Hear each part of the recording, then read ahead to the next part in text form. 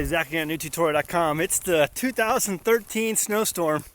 We're here and we're checking out the sheep today. Here's some of the sheep. Some over there, ones eating. Here's our guard donkey Tilly. And I figured it'd be a good time. People ask, hey, what's going on around the homestead? Hi there. And I figured, hey, I'd show them today and see what the story is.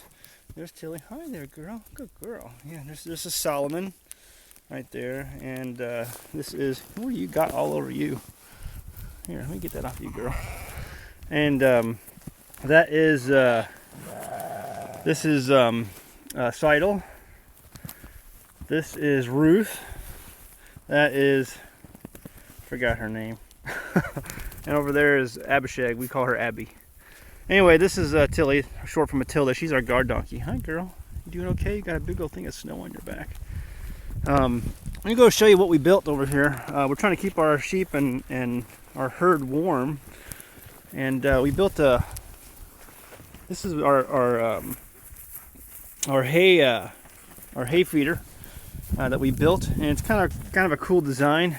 What it is you lift up on this side, and then that's where you put your hay in from the outside, because that's where we keep our hay on the outside. There's a water tank, and it falls down here, and you can pour your sweet feed down the same way, and it stays off the ground because it falls down into here in this feed trough, and so it all stays off the ground. And the biggest thing I've learned about sheep is to make sure you keep your feed off the ground at all times, so they're not eating off the ground, and so that helps do that. And they're kind of pulling it on the ground here, but it basically stays in the trough, and then they can pull it out of here. Oops, watch out! Whoa, they're pushing me around. the feed comes down through here, so it goes in on the top here, through the door opening, which is up here. I can lift up on that to show you. See, lifts up. He drops down here, and then goes down here, and then comes out there, and then where they can feed, and they can pull it down at their leisure and feed on it. And they've just about ate everything that there is today to eat. And so that's what's going on there. They all have different colored collars, so we can tell them apart easily, but they're pretty easily identifiable. This again is Solomon. He's our male, he's our ram, and the others are females, and they are I think two of them are at least pregnant. I think at least two of them are pregnant, and the other two might be still too young to breed. They're all first year. They were all born very early 2013. And this is Tilly. She is our guard donkey. A lot of people say, "Hey, you should get a dog to guard your sheep." And the only thing is, I'm big on self-sustaining. I don't want to have to pay for dog food, and so I can pay this animal here to eat. Hi there. Hi. I can pay this animal to eat hay. Or I don't have to pay anything for this animal to eat hay. And so she eats what the sheep eat. And so we give her sweet feed too. And we buy a little bit of sweet feed. But for the most part, they eat hay. And that's free. And right now, there's not a lot of hay out there. But we do have a whole, we were very blessed to get about 60 bales, almost from a friend for about free. Basically, they're free. 60 bales of hay, and we have enough pasture area down below on this one side of our mountain to be able to hay our own next year. So we're going to be able to make our own hay probably next year, and so that'll be cool. And so that's Tilly. And so let me show you where they stay at night. This is their shelter area here, and so we built this shelter out of some parts, some good lumber, some new lumber, and then also some reusable materials from one of our barns that we have here. And so we built this, and we have this built for their shelter. And it's, I forget, it's like 16 by 16 or 12 by 12, something like that, shelter that we built. And it's really dry in here. It's warm, and it faced out the east.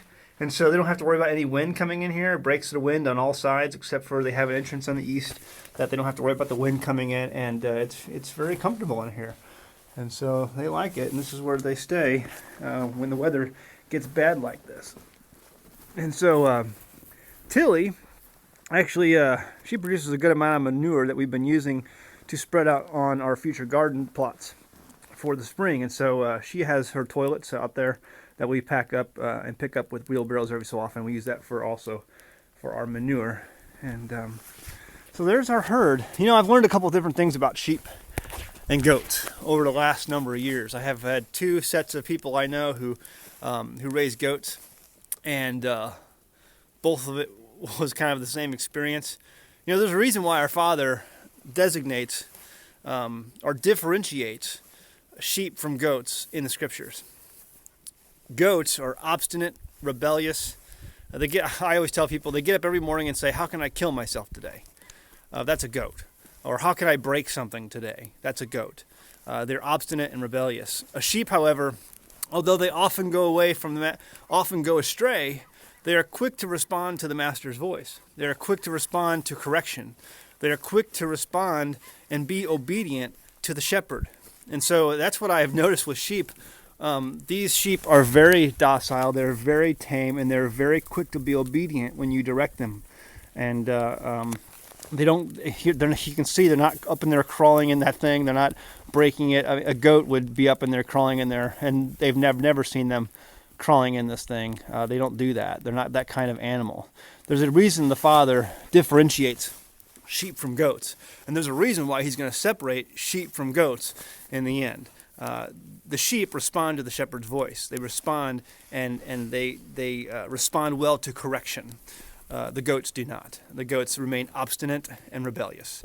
And so I've learned a little bit from having both, or at least being around both. I've had, like I said, two sets of people I know that have had these, and I've been able to spend a lot of time around them. And sheep are by far the easiest to get with. And there's Salomon hitting me again. I mean, playing this is awesome. Salomon is great to play football with. If you get some sweet feed in your hand and have him chase you, he's great to wrestle with. And so he just loves to play. I love Salomon. And so he's like, "Why are you talking to yourself?" Hi there. Hi, Salomon. And so I really like dealing with sheep, and I would recommend sheep. There's another guy down the road here, a little ways.